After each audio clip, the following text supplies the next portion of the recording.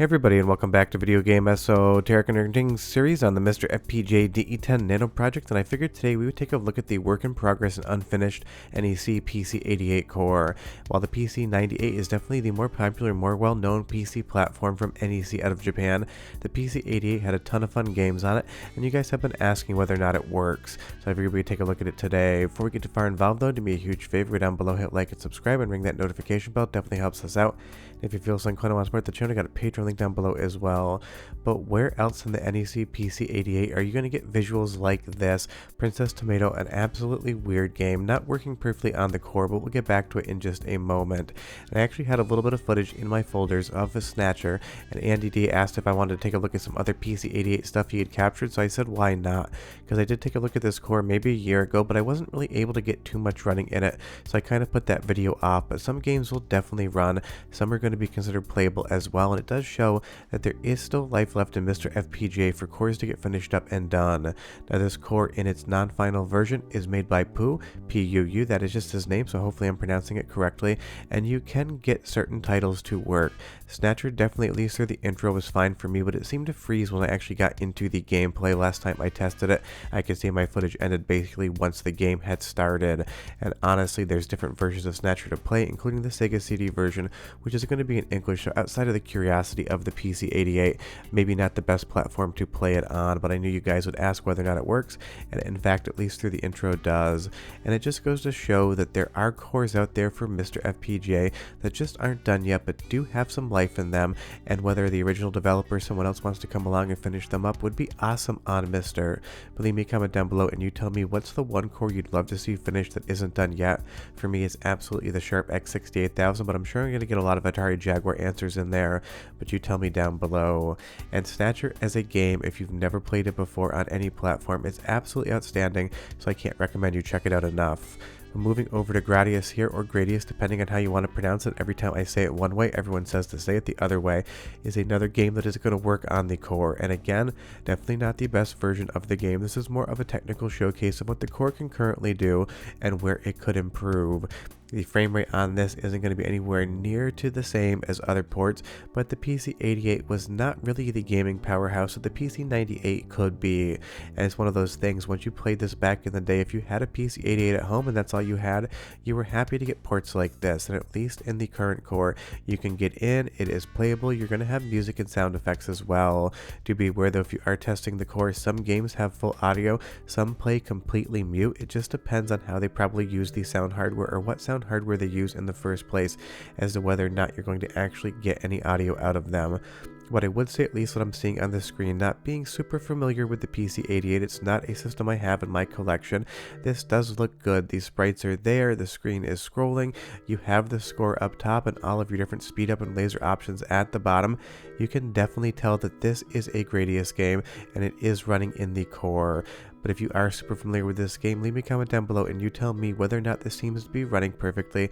I did look at some other YouTube captures just to see how the footage cadence looked, and it felt like it was identical to what I was seeing here, so honestly, probably just should be good to go.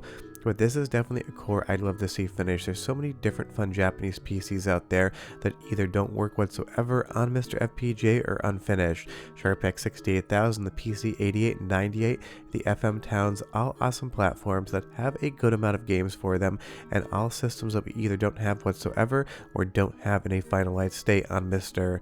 So hopefully that does happen soon, but it's always fun to test the work in progress stuff, even if the core hasn't been updated for a while, and it is just because you guys asked to see this one. And again, big thanks to Andy D for helping out with some of the captures on this one. Arkanoid here is definitely a game, as far as the performance is concerned, that feels like I would just say it's working exactly as expected again. It does have sound effects, and I don't believe it ever had any music in the PC-88 version, so I'll let you listen to that, then just a little bit of the audio coming out of Snatcher as well, because that obviously has some incredible music. But this is an awesome port. You just need to get used to the controls and set it up correctly. But here's your audio sample, 45 seconds or so, and I'll be right back.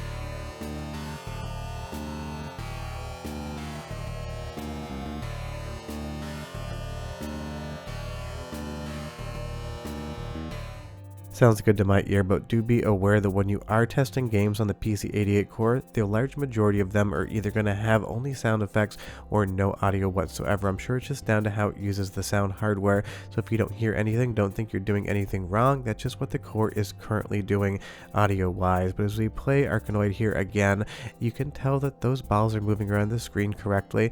Obviously, there's a ton of different ways to play this game, but it is a good example of a game on the PC-88 core that I would consider infinitely playable, and it's not like there's going to be a ton of games that hit that category. Again, this is just a testing video showing you guys what's out there and what could get finished in the future. But for every game like this, there's just some oddball games out there, like Back to the Future. This is a text adventure from Data West. It is entirely in Japanese, so you're really not going to be able to understand anything, even if it worked perfectly. But I do love how it actually draws the graphics to the screen from left to right. You get all of these really nice 8-bit looking photos, almost seem straight ripped from the movie in and of itself. And this is just a vibe. I'm not saying it's a good vibe or a bad vibe. It is just something that is synonymous with the PC-88, and there's so many different visual novels on the system.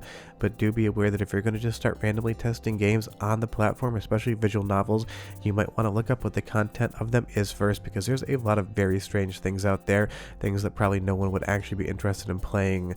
But Back to the Future, obviously quite safe indeed. And again, this is just so 80s looking here. I absolutely love it. You can basically detect that there's some people in the image, but you can't really tell what's going on. You kind of have to use a little bit of your imagination, and some of the stills I really can't figure out what's actually happening in them, because obviously we have Marty McFly on the left here, but on the right I'm assuming that's supposed to be Doc Brown, but it also looks like somebody wearing a giant mask that's smiling creepily. I can't really understand what's happening here, so if you have any idea, leave me a comment down below. But that's just kind of part and parcel of playing the PC-88 core. And again, even if this worked perfectly on the core, unless you speak and read fluent Japanese, you're really not going to be getting any enjoyment out of playing this version of the game. It's mostly just a technical showcase of what the core currently does, and to be able to talk about what the PC-88 does as far as drawing its graphics. But obviously you can tell here that's Doc and Marty looking into the DeLorean, so we're kind of getting into some of the events of the actual game. And as you go further still, obviously you end up back in the future or back to the past. Always a confusing name until you get to the second movie in the franchise.